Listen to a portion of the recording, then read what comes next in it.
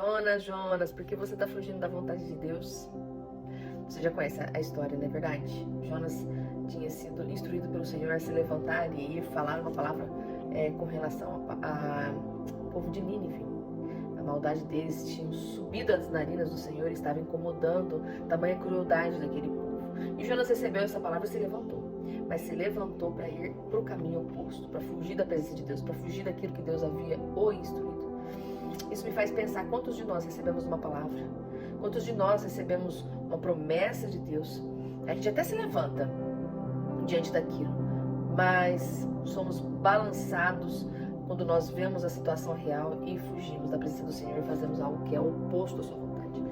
O Jonas foi assim. E ele se levantou e foi tomar uma rota diferente. Ele foi para Tarsis, queria ir para Tarsis, e no meio do caminho ele encontrou um navio que o ajudaria nessa fuga. Muitas vezes isso vai acontecer com a gente também. Quando nós queremos fugir da vontade de Deus, da presença do Senhor, daquilo que é o nosso propósito, porque achamos que é difícil demais ou que nós não daremos conta, irão aparecer coisas no meio do caminho que, teoricamente, servirão para nos ajudar a poder fugir daquilo. Até parece que é de Deus, né? Nossa, olha, tudo que eu precisava, eu estava atrás de algo para facilitar essa fuga, apareceu. Pois é, mas são distrações de Satanás para facilitar você a sair da presença do Senhor. Depois disso, ele pagou, né, investiu nessa fuga e entrou no navio e foi para a parte de baixo do navio. Ele quis descer cada vez mais. E a gente, quando sai da presença do Senhor, a nossa tendência é a queda, né? A queda.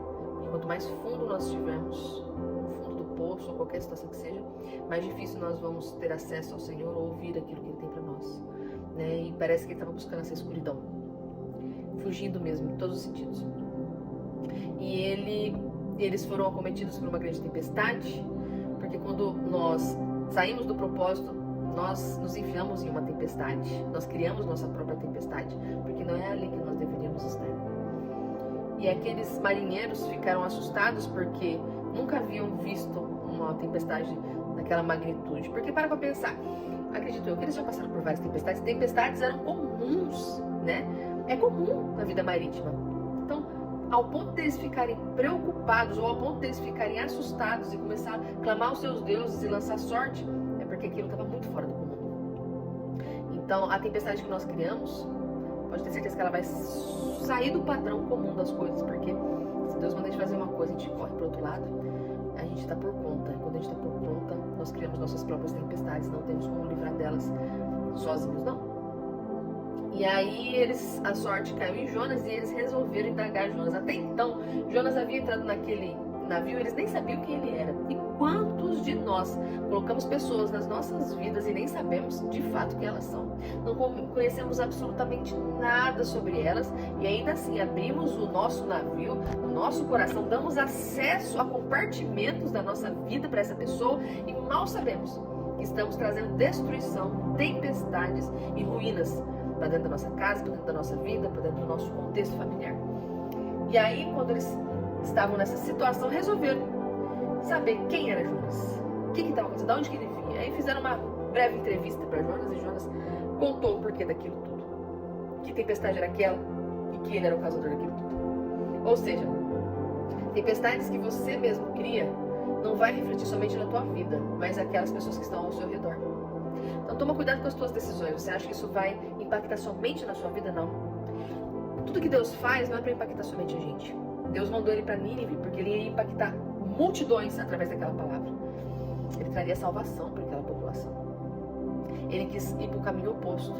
E o oposto disso, ele estava trazendo destruição para as pessoas que estavam ao redor dele, pela fuga dele, para ele querer se afastar do Senhor.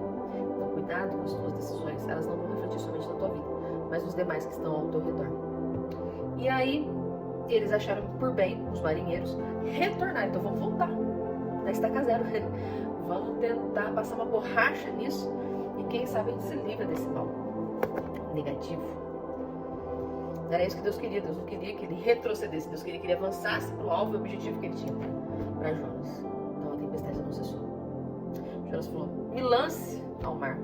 Gente, para pensar.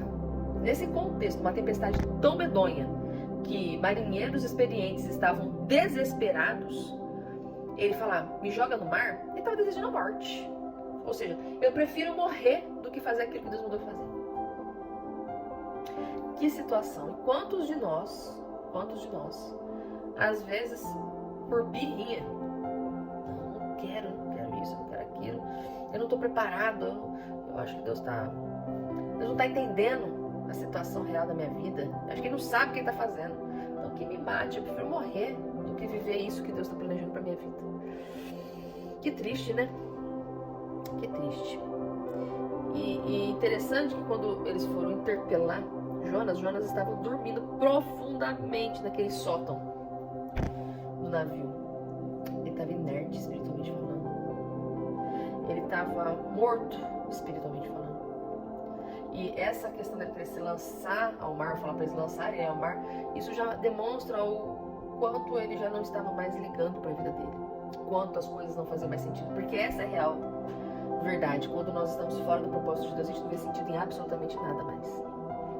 Nada mais importa, nada mais nos interessa, a gente está descontente ou descontentamento sem fim, nada ao nosso redor nos alegra. Por quê? Porque a gente quer viver fora do propósito. A gente prefere pagar o preço para ficar longe da vontade de Deus do que pagar o preço para se manter em pé diante da vontade dele. Porque só através da vontade do Senhor, vivendo ela, que a gente vai ter um contentamento, a gente vai ter prazer, um deleite. Enfim, os marinheiros lançaram Jonas até o mar. E aí a gente sabe que na hora que lançou, cessou a tempestade e Jonas foi tragado por um grande peixe. E aí vai entrar uma outra parte que nós não vamos falar a respeito disso hoje. Mas eu queria trazer essa reflexão. De que você está correndo? O que Deus mandou você fazer? Onde Deus mandou você estar? O que Deus mandou você falar? Qual posicionamento Deus pediu para você ter? Que você está relutando, fazendo tudo ao contrário, achando que vai dar certo e suas tempestades estão aumentando. Eu acho que é hora de você voltar para o caminho de Nínive e parar de querer escolher rotas para fugir da vontade do Senhor. A vontade dele é boa, perfeita, agradável e não acrescenta dores. Olha, é certo que na vida nós teremos aflições, o próprio Senhor disse. Sentiríamos muitas coisas ruins, eu sei. Mas ainda assim, Cristo é bem melhor. Então pare de fugir. Pare de se omitir.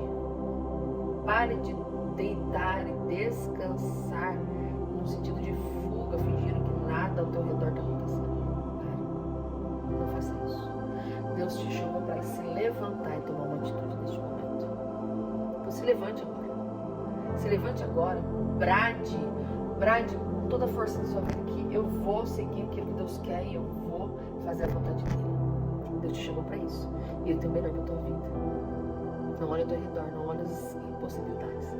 Olha no Deus que você tem, que pode todas as coisas e fará muito mais na sua vida. Que Deus abençoe, meus queridos. Até uma próxima. Vai para Nínive.